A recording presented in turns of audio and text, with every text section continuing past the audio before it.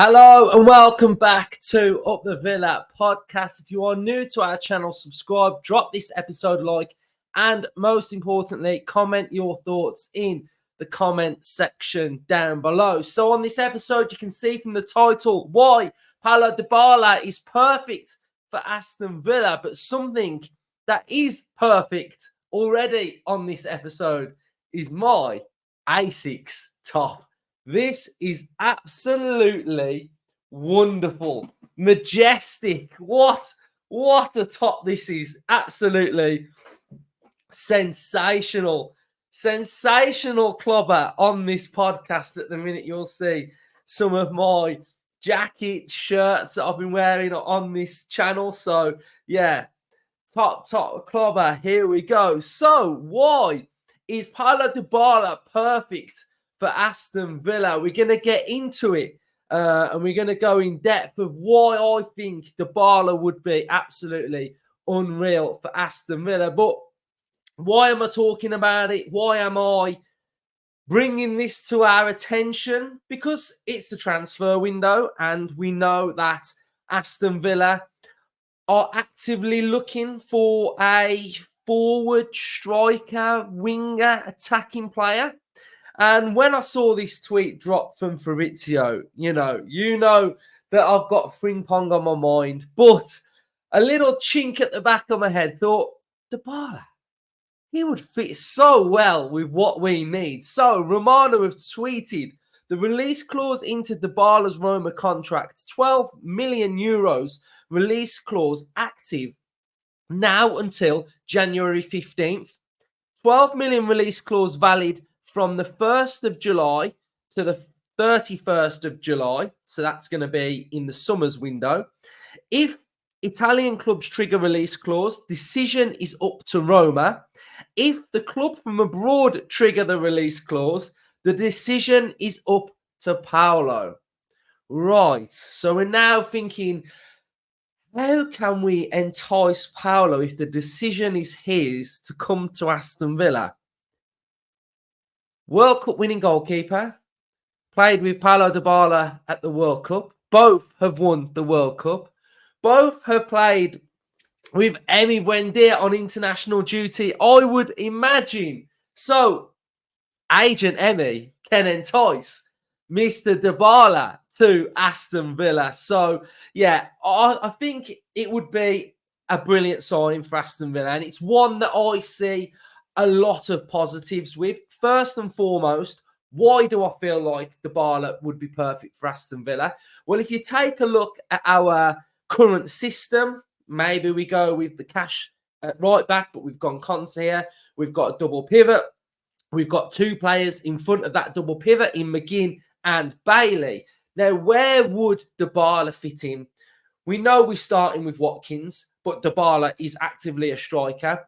This role could be key for Dybala, and I think that role would be perfect.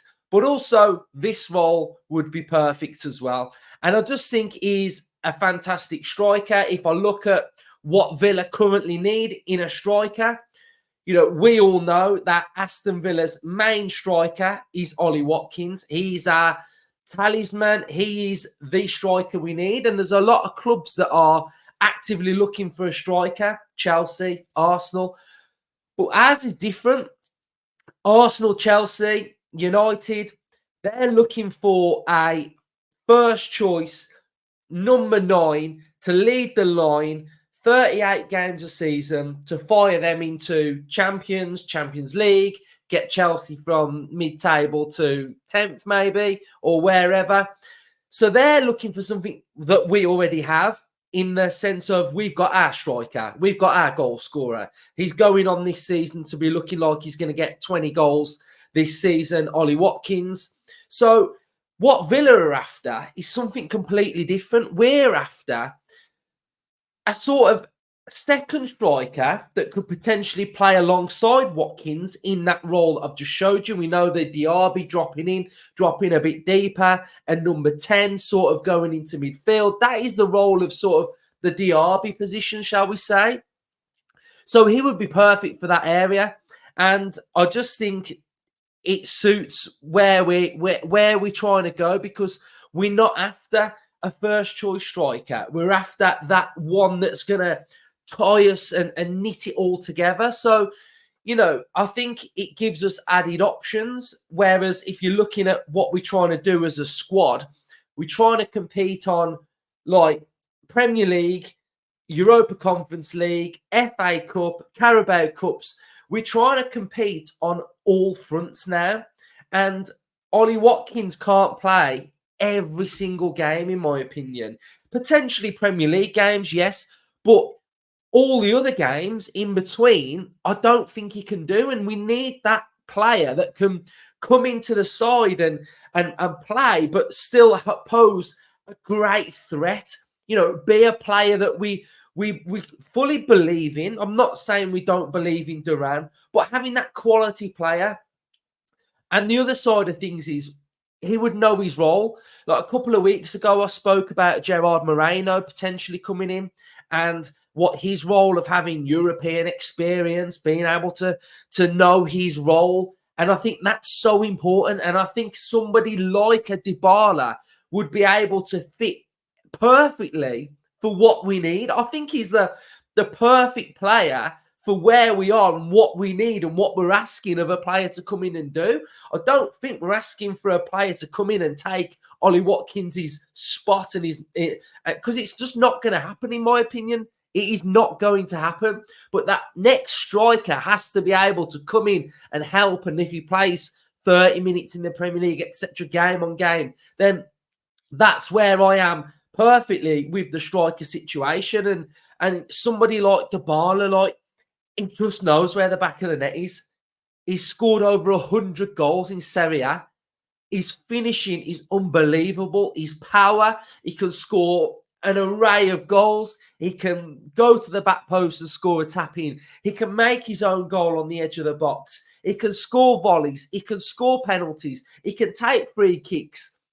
So for the fee, for me, it would be a no-brainer, and I would hope that we are asking the question and wanting to be a part of the mix of teams that potentially are looking to get somebody like Dybala, because I'll just look at it and think it's perfect for what we need. So we'll go and have a look at his player profile then, and we'll have a look at the stats, and we'll have a look at how he's been doing in Serie A as well. So Dybala, 30 years of age, market value of 26 million. So we know that the release clause is below 26 million. We've got an attacking rating of 84. So far this season for Roma, he has got a SOFA score rating of 7.57. You're looking at the form there. It's absolutely sensational. Games played, 12. Started 12. He scored 4 goals. He has got a conversion rate of 15% this season. He's got 6 assists. He's got 84% passing accuracy, 90% in his own half. So the complete player for me, for the position in which we're looking for. You can see on the heat map that he's playing on that right-hand side. So if he was partnering a Watkins, he can drop, he can filter, he can play on the right. So that is perfect. If we have a look at some of his stats from last season, we've got 12 goals and 6 assists. Season before, we have got 10 goals and 5 assists. So, if there's a team that can hopefully entice Dybala, I would hopefully think that Villa would have a chance of being able to do so. So if we have a look at this here now, his goals over his time in Serie A, 308 games played, 114 goals, 64 assists. We have got his stats per 90 here as well. So you can see the top section, where you'd expect it to be really high. Shot creating actions per 90, 4.95, which is massive. Shots per 90, 2.79. And yeah, I'm just all over this. I am absolutely all over it. And I think it would be, a really good signing. And like I say, I think if you're looking at this here, if you've got, say, an Ollie Watkins that's playing up top there, and then we know that this player here can actively drop a little bit deeper, Bailey then can occupy those areas, or Diaby out wide, and it just gives us more options. It gives us more of a versatile feel, but then the confidence of an absolute Dybala,